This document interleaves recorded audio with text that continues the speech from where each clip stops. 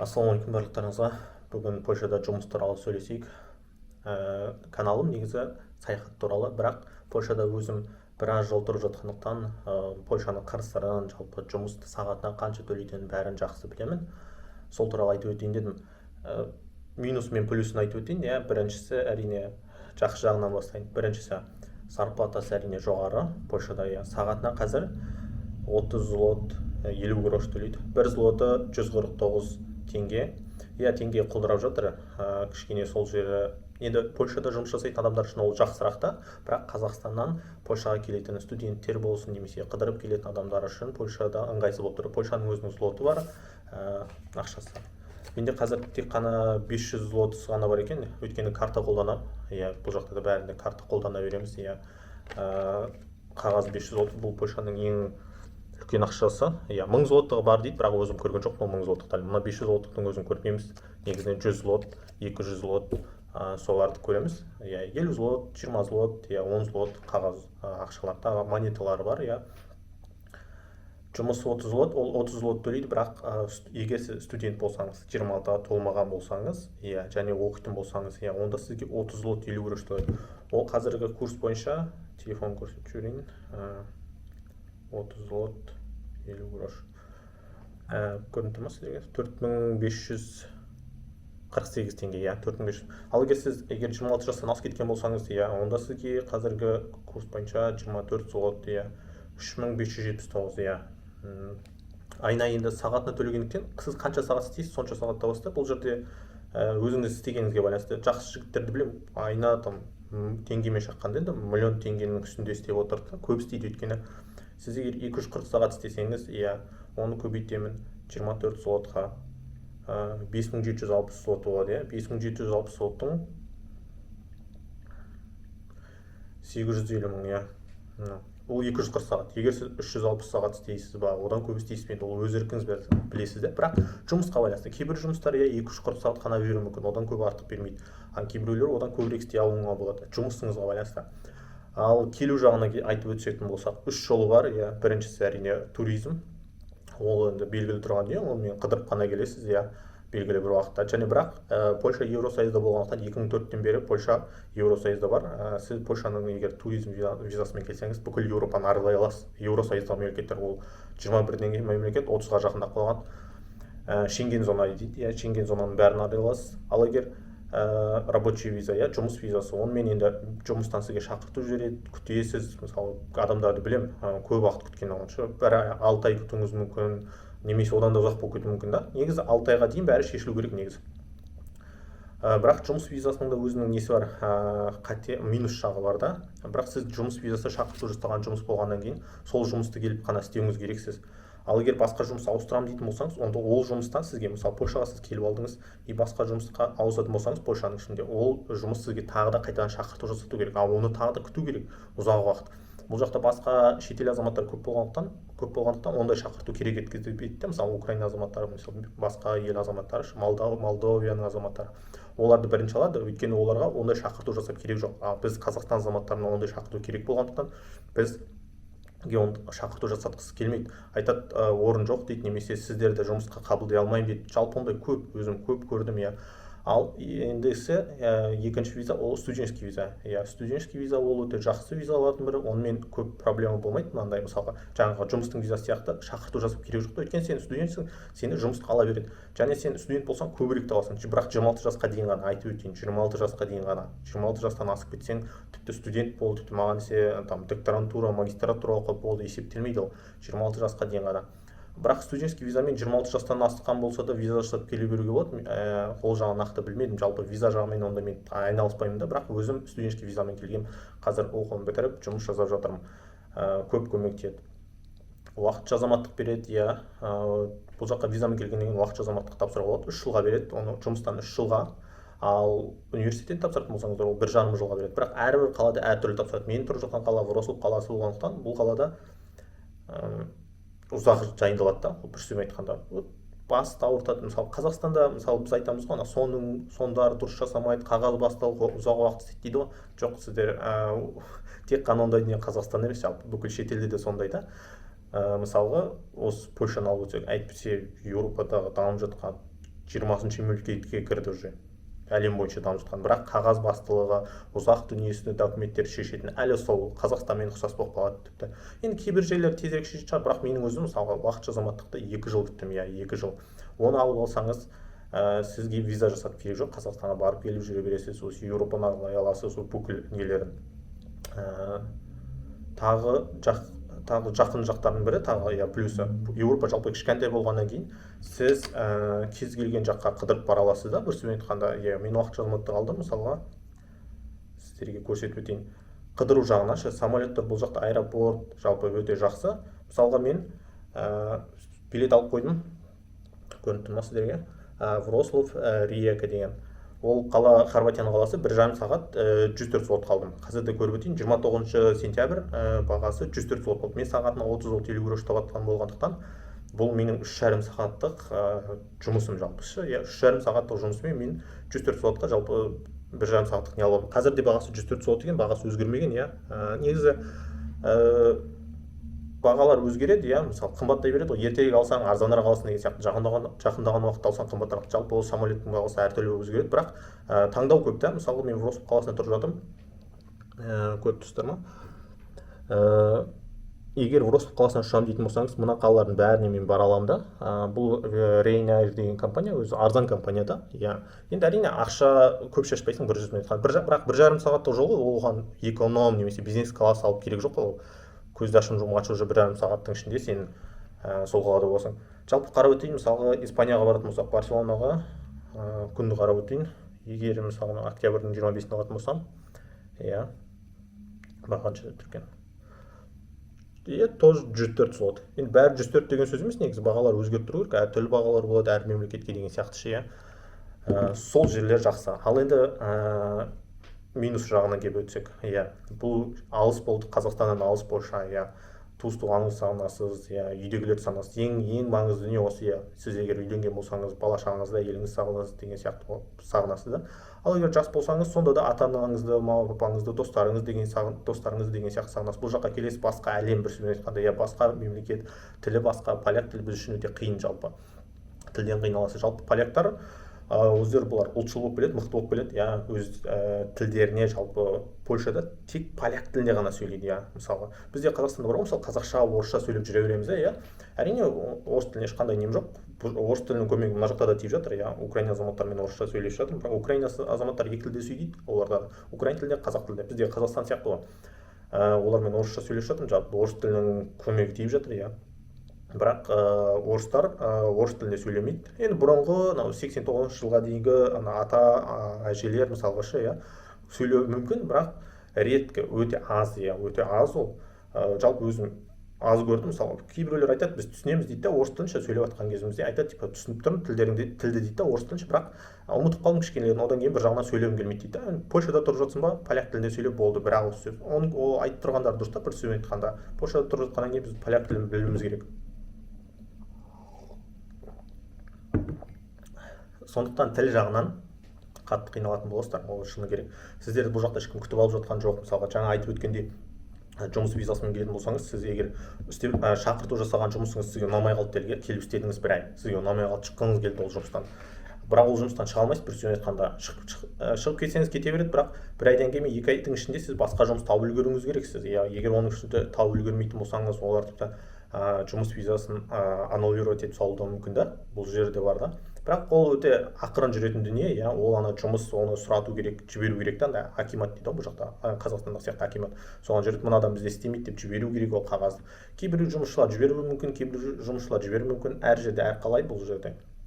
Сізге қалай, мысалы, сіз везушісіз ба, әлде, мысалға, сізге повезло будет, да, мысалға, айтасыз, жібермейді жұмыс берушіңіз, и сіз просто жай ғана жүре бересіз басқа жақта, немесе басқа мемлекетте деген сияқты жұмыс жасап. Ондай жағдайлар көп, мысалға, рабочий визамен келіп, жұмыс визасымен Польшаның, и Германияға барып жұмыс жасайтын қазақтар, Францияға, Нидерландыға барып жұмыс жасайтындар көп ондайлар. Енді бұл жерде мен ештеңе дей алмаймын, әр адам өзі біледі, өзінің өмірі ғой, бірақ ол жақта енді бару енді ол риск, бір сөзбен айтқанда ол өзіңіз рисковать етіп барасыз, ол мойындау керек. Біреулер легализация жасап қалып жатады, сол жақта сөйтіп, ол жақтарын білмедім, қалай істейтін нақтысын, бірақ өте ол қиын дүние, иә, бір сөзбен айтқанда жаңа қайталап өтейін, тағы да ол риск, ол өзіңіз білесіз. Ешқашан ондай дүниені мен советовать етпеймін. Жалпы сондай жағдайлар бар. Самолеттің бағасы қымбат, тағы да айтып кетейін, сізде демалыс болса барып келе алмайсыз деген сөз ғой. Бір сөзбен айтқанда Қазақстанға баруыңыздың өзі жоқ дегенде 300 мың теңгенің үстінде болады. Арзан билеттер алуға болады, әрине, оның бәрін бірақ қарап отыру керек, іздеп отыру керек. Сіз баратын уақытқа сәйкес келмей қалуы мүмкін, билеттер қымбат болады деген сияқты. Сондай, жалпы әрине жақсы, бірақ өзінің де қиын жағдайлары бар. Сондай, егер сіз тіл жағынан егер қиналмаймын десеңіз, мысалға ешкімді көп сағынбаймын жалпы десеңіз, сонда келе берсеңіз болады. Бір сөзбен айтқанда Еуропа жақсы жалпы. Рисковать етесіз ғой, бір сөзбен айтқанда, өзіңіздің енді жұмыс жағынан жақсы, жалақыңыз көп болады, бірақ сізді ешкім күтіп алмайды. Тағы да қайталап өтейін, ешкім сізді күтіп алмайды бұл жақта, әркім өзі үшін. Сондықтан келетін кездеріңізде көп ойланып, жалпы шешіп келіңіздер. Айлық жағын айтып өтейін, жаңа айтпақшы. Айлық жағы 1 миллион теңгеге дейін табуға болады, 1 миллион теңгенің үстіне, бірақ айтып өтейін тағы да, квартира минусы. Квартира қымбат, мен қазір 150 мың теңге төлеп жатырмын, бөлменің өзіне 150 мың теңге төлеймін. Бұл қайта ондай варианттар, бір сөзбен айтқанда таңдаулар өте аз. Мен тұрып жатқан қалада 150 мың теңгелік бөлмені табудың өзі қиын. Негізі 150 мың теңгеден жоғары болып кете береді бөлменің өзі. Ал егер жеке бір бөлмелі, 2 бөлмелі квартира аламын дейтін болсаңыз, олар 300 мың, 350 мың сондай болуы мүмкін бағалары жалпы. Квартира жағы қымбат, сіз мысалы 1 миллион теңге тапсаңыз, есептейік онда. Егер бөлмеде тұратын болсаңыз 200 мыңыңыз кетеді, 800 мың қалды қолыңызда. Азық-түлік жемейсіз бе, ішпейсіз бе деген сияқты, оған 200 мың кетеді, 400 мың кетеді, қолыңыз 600 мың қалады. Ар жағында тағы 100 мың теңге сіздің жолыңыз, расходыңыз деген сияқты болсын деуге 500 мың теңге қалды. 500 мың теңге неге лақтырып отырып, бірақ егер сіз қыдырамын дейтін болсаңыз, мысалы мен сияқты шетел аралап, басқа жаққа барамын дейтін болсаңыз, онда жоқ дегенде оның 500 мыңның 200-300 мыңы кетеді тағы да. Сонда қолыңызда жалпы 250-300 мың қалуы мүмкін, егер қыдыратын болсаңыз. Егер қыдырмайтын болсаңыз, қолыңызда 500 мың теңгеден қалдыруға болады жалпы. Бірақ айтып өтейін, ол үшін сіз көбірек істеуіңіз керек. Сағат жоқ дегенде айына 300 сағаттың үстінде істеп отыруыңыз керек. Ал 300 сағаттың үстінде істеп отыру деген ол күніге жұмыстамын деген сөз. Бір сөзбен айтқанда, жұмыстан шаршап кетуіңіз мүмкін, бір сөзбен айтқанда, қатты қиналып деген сияқты. Бірақ бұл жақта жұмыс Қазақстандағы сияқты ауыр болмайды, қатты. Ауыр жұмыстар бар, бірақ Қазақстандағы сияқты қадағалап үстіңнен істе деп ешкім отырмайды. Жұмыстың өзінің несі бар, заңы бар деген сияқты, белгілі бір демалыс уақыты бар, қадағалап отырады. Қатты нагрузка болмайды, өзінің нормасы бар, сол норма бойынша ғана істеп отырасыз, бір сөзбен айтқанда. Енді тағы да айтылмай кеткен жағдайлар болса, жазып кетерсіздер жалпы. Тағы да қандай сұрақтарыңыз бар деген сияқты сіздерді не қызықтырады деген сияқты, олар жазып кетіңіздер. Жалпы бір сөзбен айтқанда бәрін айтып өттім деп ойлаймын. Енді алдыңғы видеомда көрінбей қалған Вроцлав қаласының екінші бұршан көшелері осылай әдемі. Қазір мысалы мына жақта жаңа ескі ғимараттар болса, ар жақта жаңа ғимараттар жатыр. Мыналар ескілері, бірақ мынандай жөндеуден өткізеді бұлар ше. Осы жер жақсы негізі. Бұрын ескі болатын, өте ескі болатын, менің есімде өте ескі болатын. Бұны жөндеуден өткізіп мынандай әдемі болып тұр. Мысалға қазір бір жөндеп жатыр вот. Бірақ көшелері тар енді, ол осы жері үлкен минуста, бір сөзбен айтқанда. Көшелерді көрдіңіз ба? Машиналар тұр, везде парковка, орын жоқ, бір сөзбен айтқанда. Екі машина мысалға ана жерден сыймайды, бір машина өтіп келеді, бірақ мынау екі бағыттағы жолда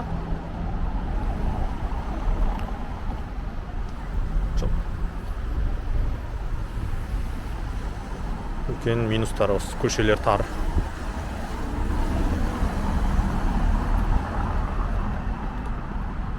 Вроцлав қаласының вокзалын көрсетіп өтейін. Жалпы бір көргенде вокзал деп ойламайсың, өте әдемі.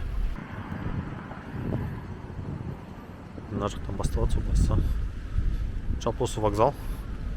Алдында мындай көк шөптері бар, отыратыны бар, ағашы бар.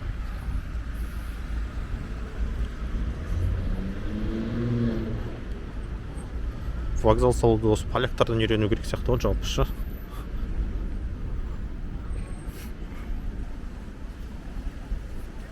Ана жақта KFC бар, Starbucks бар. Ана жақта Коста кофе бар анда тағы. Ар жағында Макдональдс бар. Қателеспесем, Макдональдс бар. Тағы да 2-3 ресторан бар, іші күшті. Қазір ішіне кіріп көрсетіп жүрейін,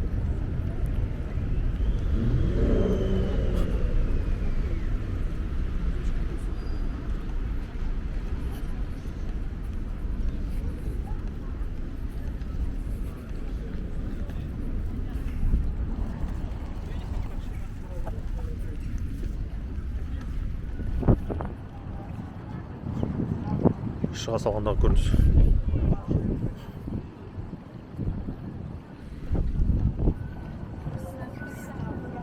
Айтпақшы, Вроцлав андай гном қаласы деп аталады, мынандай гномдар өте көп. Просто көрдік көрінеді.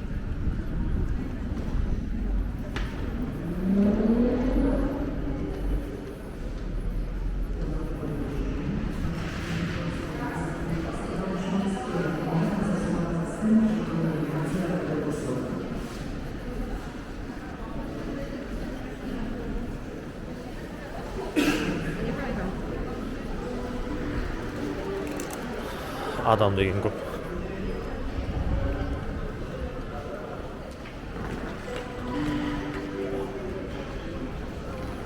Pociąg Metro do stacji Leszno przez stację Górniki Келетін жағы, stoi na torze кететін жағы przy көрсетті. terminie Górnik.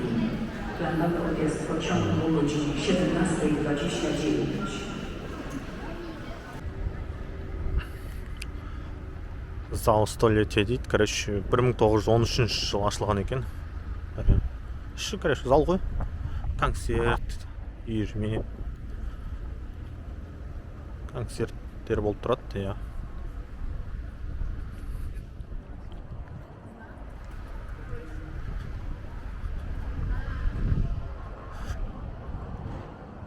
Жалпы қазір осылай жүзіп жүргенде солға қарай бұрылған жақта фонтаны бар. Фонтан мен зал столетия, короче, екеуі бірге әдемі кетеді. Биіктен қараған суреттері бар өзі. Интернеттен қарап көрсеңіздер болады, жалпы әдемі суреті. Ішіне бүгін кіре алмаймыз, өкінішке орай уже жабық. Таң сағат 10-да ашылады, кешкі 5-ке дейін істейді.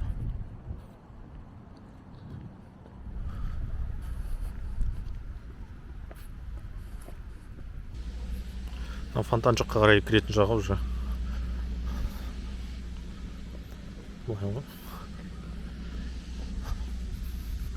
Ортасында фонтан, мына жақта ше. Мынау получается былай қоршағанда фонтан ше. Осылай айналасы фонтан. Қазір көрсетемін сіздерге.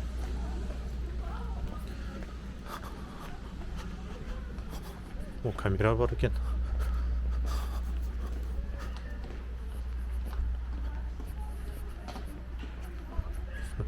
Мына жақта фонтан. Фестиваль болып тұрады мына жерде. Концерт, фестиваль. Сондайлар өтеді күшті, жалпы. Кешкі жақын күн батқан кезде.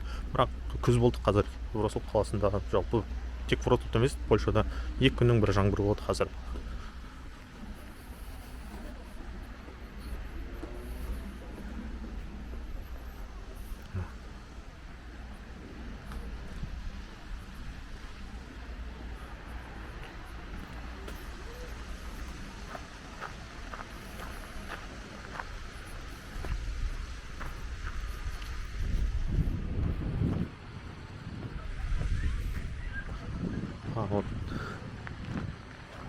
Осындай әдемі көрініс. Бүгін адам аз, өйткені күн суық, кішкене. Күн жылы кезде жазда бұл жерде адам деген өте көп болады. Музыка ойнады да осылай. Мына жерде колонка тұр, музыка ойнайды. Алдыңғы жағындағы көрініс.